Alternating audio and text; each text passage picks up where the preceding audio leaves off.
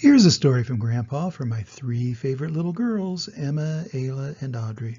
Today's story is from our old friend Dr. Seuss, but it's a Dr. Seuss story that I've never seen before. It's called The Big Brag.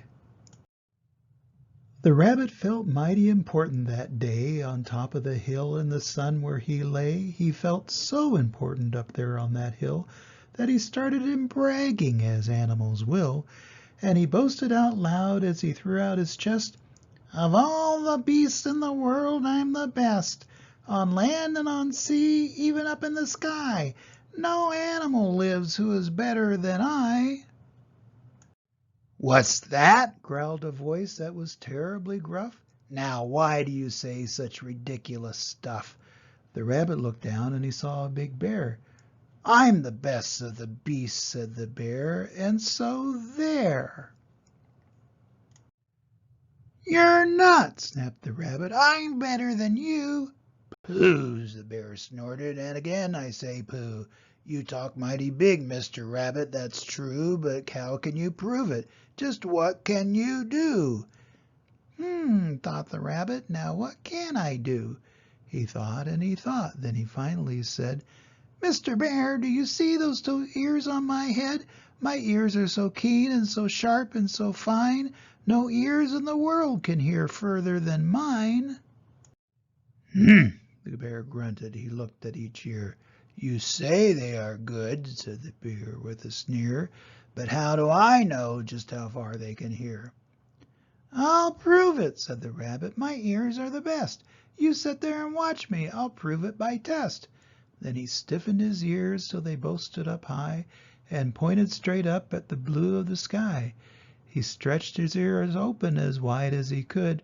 "Shh, I'm listening," he said as he stood. He listened so hard that he started to sweat, and the fur on his ears and his forehead got wet.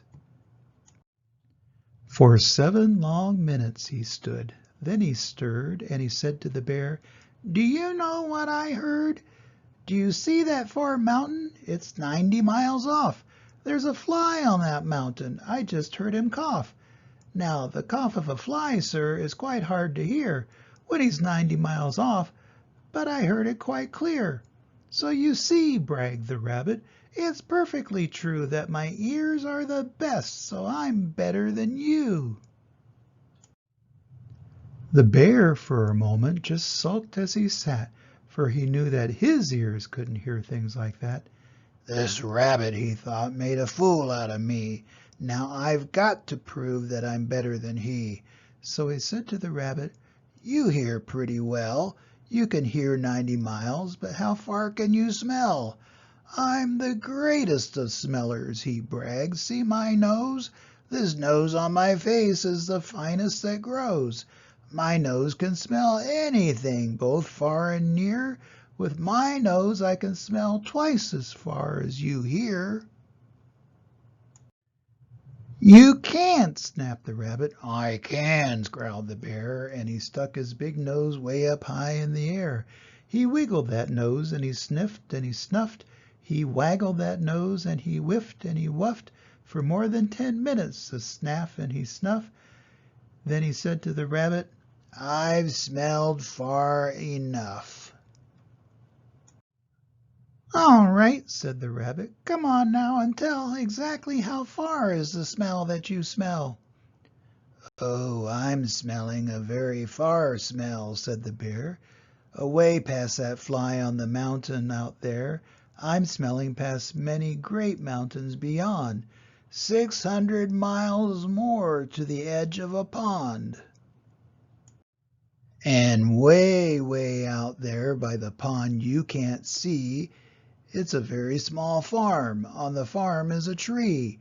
On the tree is a branch. On the branch is a nest, a very small nest where 2 tiny eggs rest.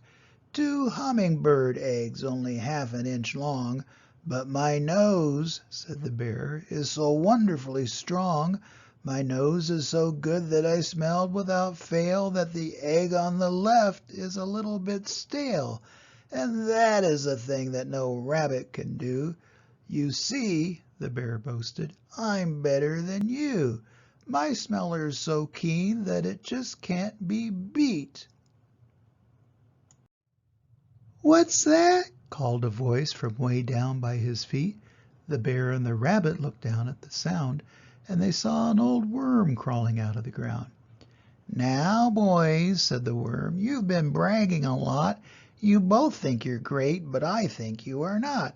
You're not half as good as a fellow like me. You hear and you smell, but how far can you see? Now I'm here to prove to you big boasting guys that your nose and your ears aren't as good as my eyes." And the little old worm cocked his head to one side, and he opened his eyes, and he opened them wide, and they looked far away with a strange sort of stare, as if they were burning two holes in the air. The eyes of that worm almost popped from his head. He stared half an hour till his eyelids got red. "That's enough," growled the bear. "Tell the rabbit and me, how far did you look and just what did you see?" "Well, boys," the worm answered, "that look that I took was a look that looked farther than you'll ever look. I looked across the ocean way out to Japan, for I can see farther than anyone can. There's no one on earth who has eyesight that's finer. I looked past Japan, then I looked across China. I looked across Egypt, then took a quick glance across the two countries of Holland and France. Then I looked across England and also Brazil. But I didn't stop there. I looked much further still. And I kept right on looking and looking until I'd looked round the world and right back to this hill. And I saw on this hill, since my eyesight's so keen, the two biggest fools that have ever been seen. And the fools that I saw were none other than you, who seem to have nothing else better to do than sit here and argue who's better than who." Then the little old worm gave his head a small jerk, and he dived in his hole and went back to his work. And that's the end of the story. When people brag about how great they are, they tend to exaggerate. And I'm pretty sure all three animals here were exaggerating, with the worm exaggerating most of all. I don't think it's possible to see all the way around the world until you see the back of your own head. Do you? Always remember that Grandpa loves you, and I hope to see you soon. Bye-bye.